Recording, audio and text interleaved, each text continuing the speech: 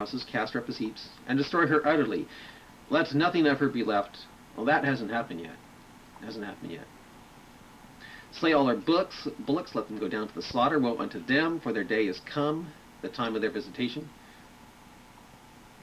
They're really getting low on meat stocks from the cows, because there's an embargo on here, so that's happened here.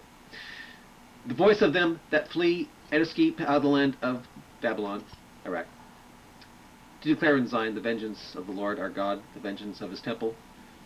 I feel the temple is your body, if you're a Christian. And I'm pretty sure a lot of Christians have died over in Iraq, and that will die later on when Saddam lashes out. Call together the archers against Babylon. All ye that bend the bow, camp against her round it about, and we did during the Gulf War, and we'll do that later on. Let none thereof escape. Recompense her according to her work, according to all that she hath done, do unto her, for she hath been proud against the Lord, against the Holy One of Israel. This is future tense. It happened, we got a taste of it during the Gulf War, but we haven't seen nothing yet. Therefore shall all her young men fall in the streets, and all her men of war shall be cut off in that day.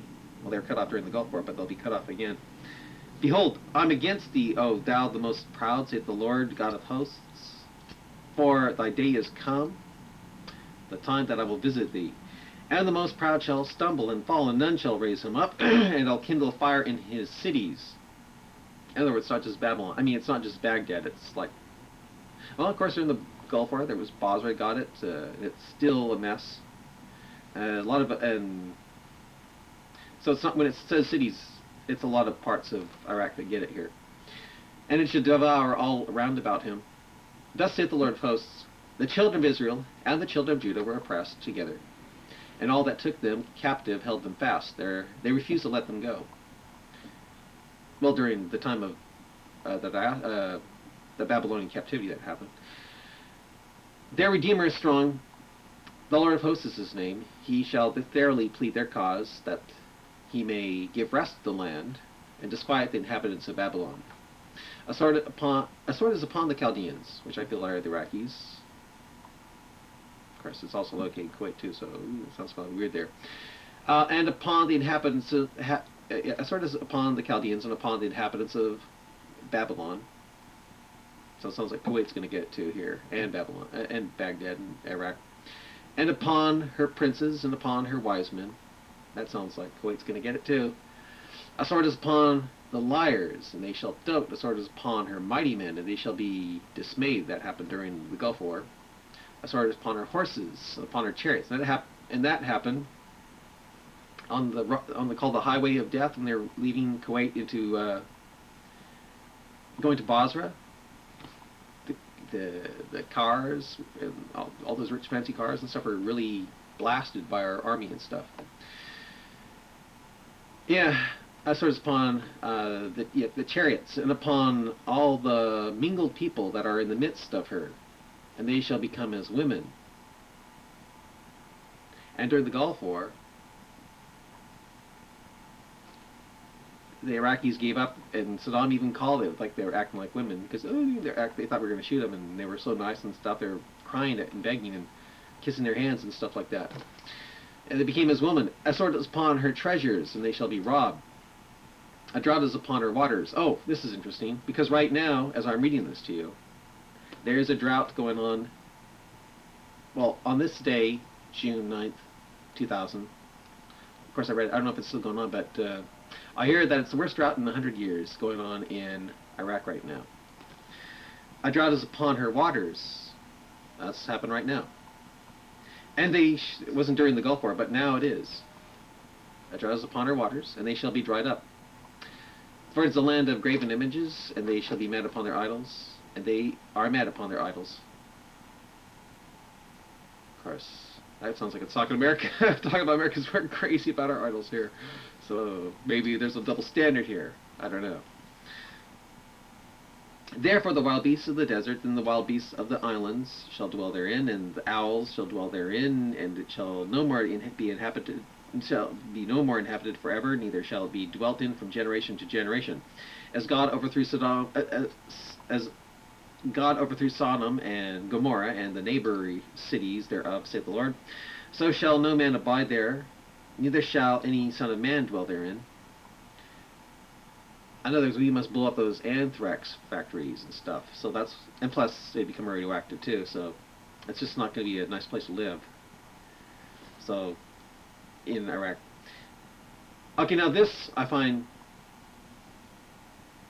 Now this I feel is going. This is the thing I'm watching out for. This thing I'm about to read to you right now. This is the thing that's going to get me excited because I'm thinking, oh my gosh, this. Now I'll read this to you. This is it. Okay, behold, a people shall come from the north, and a great nation, and many kings shall be raised up from the coasts of the earth. This didn't happen during the Gulf War, but we got a taste of it right after the Gulf War when the Kurds rose up after the Shiites. The Shiites started rising up from the south, and the Kurds in the north. I think that people from the north, behold, the people shall come from the north, I feel, are the Kurds. So when it says, behold, the people shall come from the north, it says, look, you know, when you see the Kurds come from the north, and a great nation, whoever the nation is that's helping the Kurds, giving them air cover, I guess, which could be America. I feel it will be. Behold, the people shall come from the north, Kurds coming down to Baghdad, and a great nation, and many kings shall be raised up from the coasts of the earth. I mean, many kings shall be awakened from the coasts of the earth, the borders of the earth. So those border places around Saudi Arabia, like Oman and Kedar, not Kedar, but Gulf War, the Arab Emirates and stuff like that, Bahrain and all. Okay. Yeah, they shall be awakened, and hey, what's going on here? They shall hold the bow and the lance. They are cruel and will not show mercy, and they shall roar like the sea. And their voice shall roar like the sea. And they shall ride upon horses. And I feel that when it says ride upon horses, it's not talking about tanks. I think they really will probably be riding on horses, the Kurds, because there'll be a no drive zone. Because if there's a tank coming down, we might think, hey, that's one of our that's the Saddam tank, so we blast it. So I think they probably will be riding on horses coming down here because there'll be I think there'll be a no drive zone over all of Iraq during this time. And they shall ride upon horses, everyone put in array like a man to the battle against thee, O daughter of Babylon, which I think is Iraq in our time. The king of Babylon, which I feel is Saddam, hath heard the report of them, and his hands waxed feeble. Anguish took hold of him, and pangs as a woman in travail. So Saddam is going to really start getting scared. Behold, he shall come up like a lion from the swelling of Jordan unto the habitation of the strong, but I will make them suddenly run away from her. When I feel what this is, this already happened. I feel this happened during the Gulf War. He says, behold, he shall come up like a lion from the swelling of Jordan unto the habitation of the strong.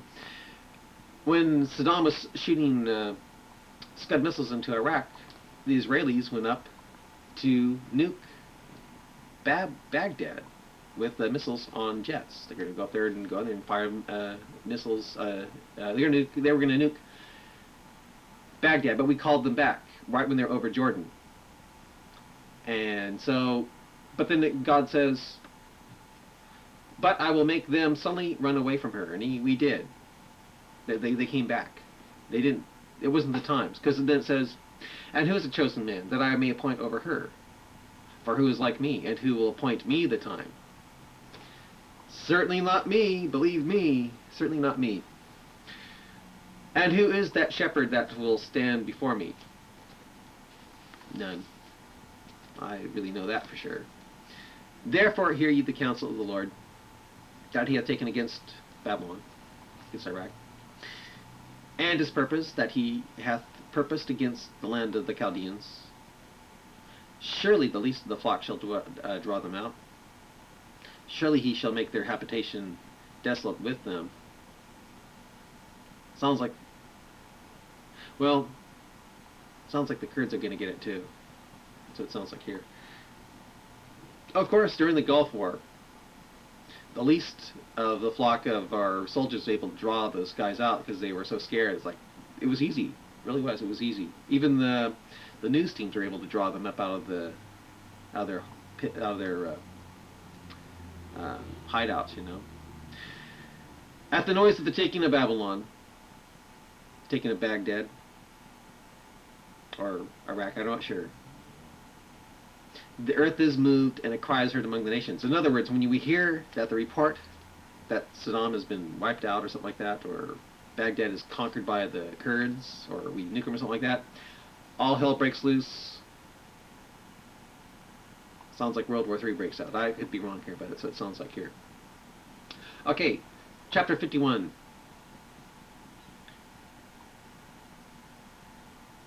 Jeremiah chapter 51, verse 1. Now I feel that what I'm about to read to you has been fulfilled.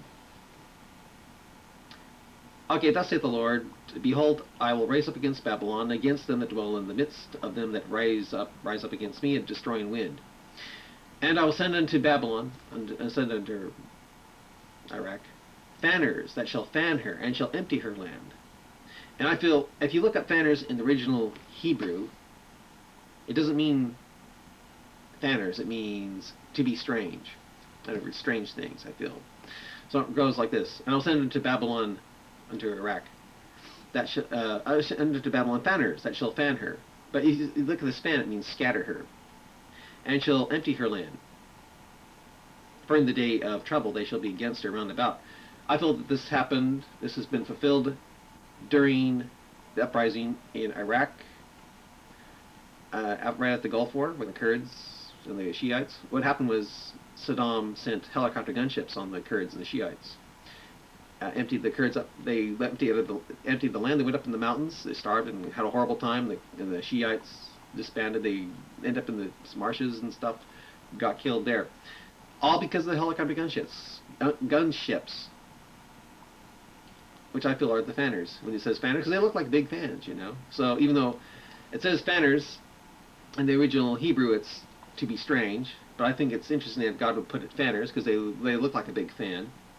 So it reads like this: and I will send unto Iraq helicopter gunships that shall scatter her and shall empty her land. For in the day of trouble they shall be against her round about. And that happened, I feel, during the Gulf War. I think that's what this is talking about. Against him that bendeth, let the archer bend his bow, and against him that lifteth himself up in his brigandine. And spare ye not her young men, destroy ye utterly all her host.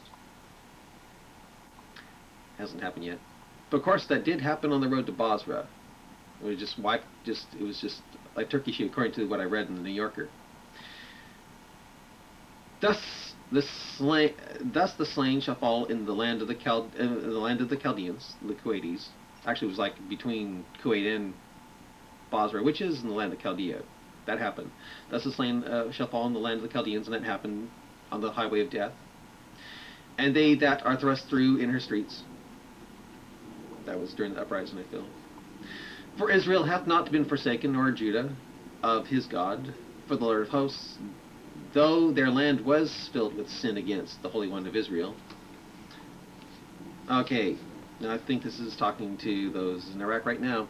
It says, flee out of the midst of Babylon, out of Iraq, and deliver every man his soul. Be not cut off in her iniquity, for this is the time of the Lord's vengeance. He'll render unto her a recompense. Babylon, Iraq, hath been a golden cup in the Lord's hand, that's made all the earth drunken. I feel, I'll tell you what I think this is about pretty soon here. Yeah. So Babylon hath been a golden cup in the Lord's hand, that's made all the earth drunken. The nations have drunken of her wine, therefore the nations are mad. I don't think it's talking about wine, I think it's talking about gasoline and oil. And the only reason why we bothered to go over there, and we went mad and all that stuff, is because we thought Saddam was a threat to our gasoline. So that's why we went over there. So I feel that this is fulfilled during the Gulf War. It was an oil war, you know. It had nothing to do with naked aggression, because if it was dealt with naked aggression, we would have stopped Saddam from killing the Kurds and Shiites. Bush lied when he said naked aggression. It was because of the oil, and I feel that this is fulfilling here. Yeah, Babylon hath been a gold cup in the Lord's hand that made all the earth drunken. The nations are drunken of her wine, therefore the nations are mad. It's not the wine, it's the gasoline here. I think that's what it's talking about here. Okay, Babylon, Iraq, is suddenly fallen and destroyed. Howl for her, take balm for her pain, if so she may be healed. And that happened during the Gulf War. And we thought, hey, we'll give it food and medicine, you know. And of course, it wouldn't happen. Saddam would say, you know, no, not until you lift the sanctions, and you know, has to have to lift them all until 1996. Then we did bring food and medicine. We could sell the oil and we'd give them food and medicine. So that happened here. Then we started feeding and giving it food and medicine as during that UN thing. So and now I think when it says here, I'll read this for her. If so, she may be healed. We would have healed Babylon, but she is not healed. I feel that we would have healed Babylon, but she's not healed. It's like we would have healed Iraq, but she's not healed. The reason why she's not healed is because Saddam wants his weapons of mass destruction. He'll hold on to them so we keep the sanctions on. So it's not healed because of Saddam. Yeah, we would have healed Iraq, but she's not healed. We would have healed Babylon, but she's not healed. Then it says, forsake her. And we did in 1998, December 1998. And once we forsaked her, I'll read on. And let us go, everyone, to his own country. The UN, people who are the UN inspectors, they're not from one country, they're from other countries. So they went back to their own country now. Forsake her, and let us go, everyone, to his own country. And that's been fulfilled since 1998, I mean. For her judgment reacheth unto heaven, and is lifted up even to the skies. Once the UN inspectors said, we would have healed Babylon, but she's not healed, you know, it's because they got out, pulled out. Saddam's not letting them have access, unfettered access. Forsake her, let us go, everyone, to his own country. The UN gets out of there, to their own country. For her judgment reacheth unto heaven, and is lifted up into the skies. Right after they left, guess what happened? We didn't send in ground troops, we sent in planes from the skies. Started bombing it. We were attacking parts in the north, parts in the south, but mostly around Baghdad. Trying to hit weapons of mass destruction, put them back like a year or two.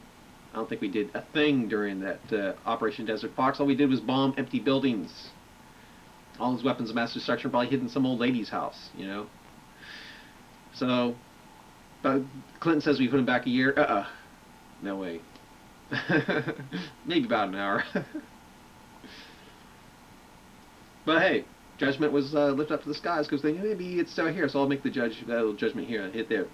So that was fulfilled. Operation Desert Fox fulfilled this. Yeah, we would have killed Babylon, but she's not killed. That's what I feel the UN UNSCOM would say. Forsake her, I mean leave her. And let us go everyone to his own country, for her judgment reaches unto heaven, and is lifted up in the skies. And that's exactly what happened. Operation Desert Fox right here. The Lord hath brought forth our righteousness. Come, and let us declare in Zion the work of the Lord our God.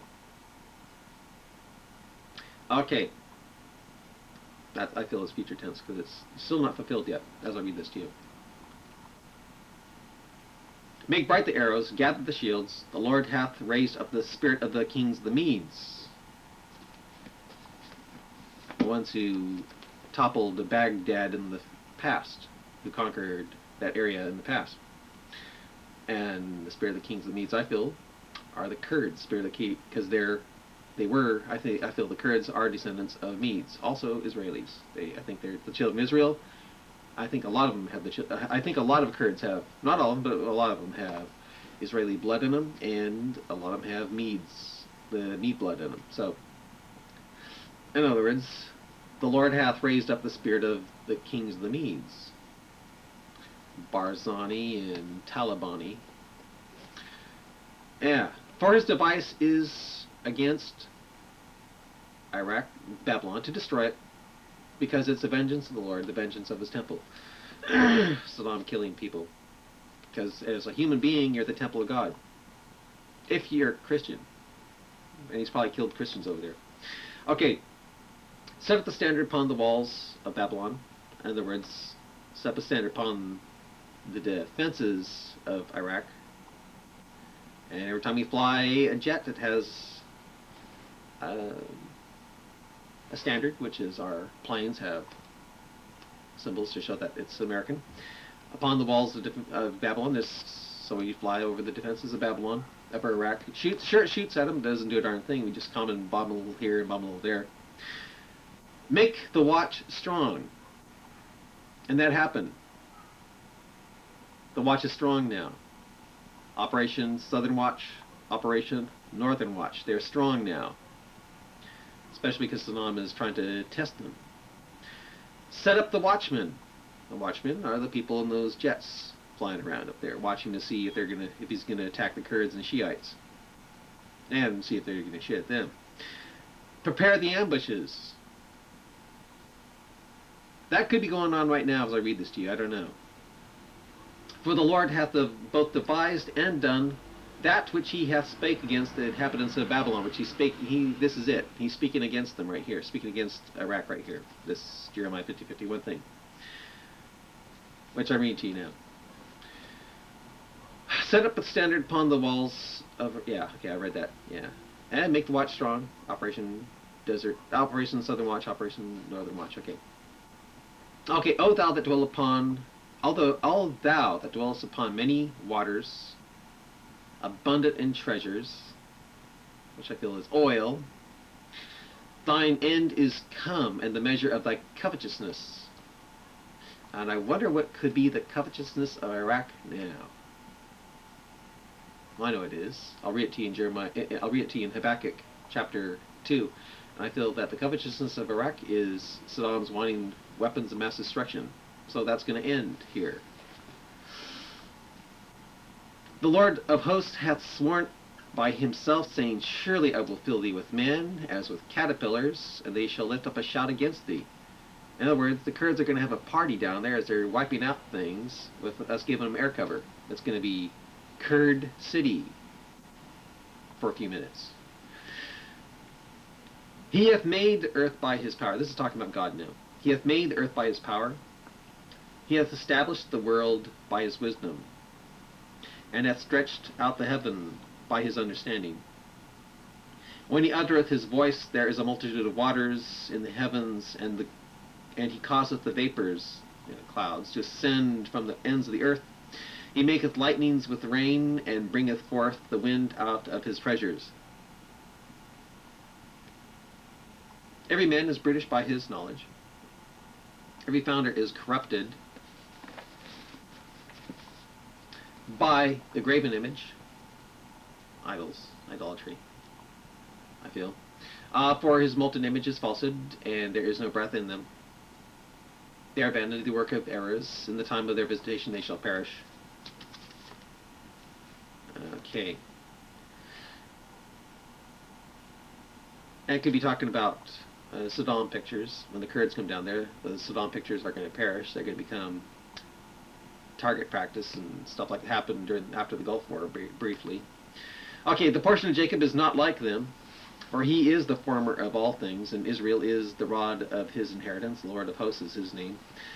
Now, I don't know who this is talking about. I think this is talking about Jews. I'm not sure. I'll read it to you. Thou art my battle axe and weapons of war. For with thee I will break in pieces the nations, and with thee I will destroy kingdoms, and with thee I will break in pieces the horse and his rider, and with thee I'll break in pieces the chariot and his rider, with thee I'll break in pieces man and woman, and with thee I'll break in pieces old and young, and with thee I'll break in pieces young man and maid, and I will also break in pieces with thee the shepherd and his flock, and with thee I'll break in pieces the husbandman and his yoke of oxen, and with thee I'll break in pieces captains and rulers, and I'll render unto Babylon, Baghdad, Iraq,